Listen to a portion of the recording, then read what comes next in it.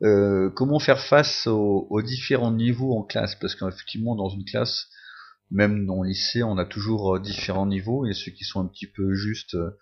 Après, en plus, au niveau des matières aussi, ça varie. Et donc, comment faire face à ces différences de niveau? En prendre conscience d'abord, en proposant des évaluations diagnostiques et formatives, en fait, qui permettent d'évaluer en amont et pendant le processus d'apprentissage ce qu'ont acquis les élèves.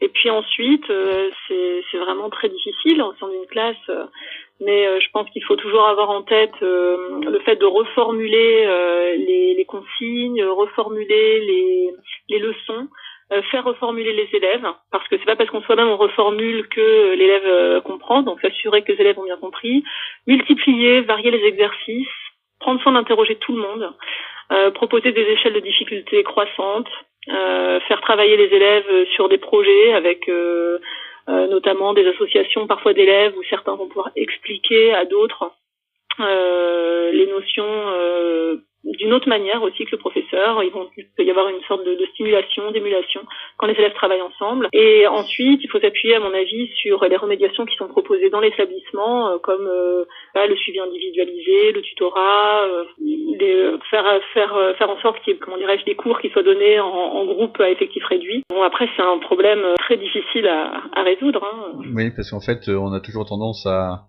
suivre enfin, aller au rythme de ceux qui suivent, et puis effectivement, ceux qui suivent moins vite, fâcheuse tendance à les laisser de côté. Et Simplement eux-mêmes aussi. se font oublier, en fait. Ils vont Ils se éviter de font. prendre la parole, de poser les questions, ils peuvent avoir honte. Donc c'est vrai qu'on a tendance, ils vont dire oui quand on va les interroger en disant est-ce que tu as compris, ils vont dire oui souvent. Donc c'est souvent au moment de l'évaluation finale qu'on se rend compte que finalement les heures de cours qu'on a passées à enseigner n'ont pas du tout été acquises par un certain nombre. Et donc, d'où la pédagogie différenciée. Mm-hmm. Qu'est-ce que la pédagogie différenciée selon vous?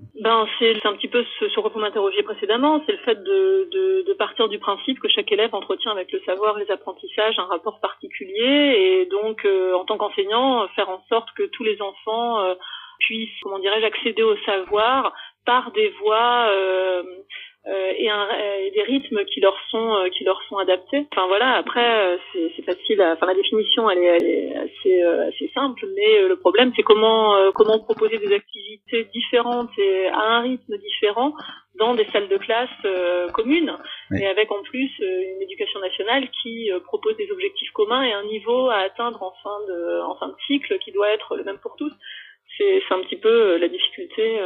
Oui, Ouais, pour pas dire le casse-tête auquel casse-tête, ouais. Ah, ouais.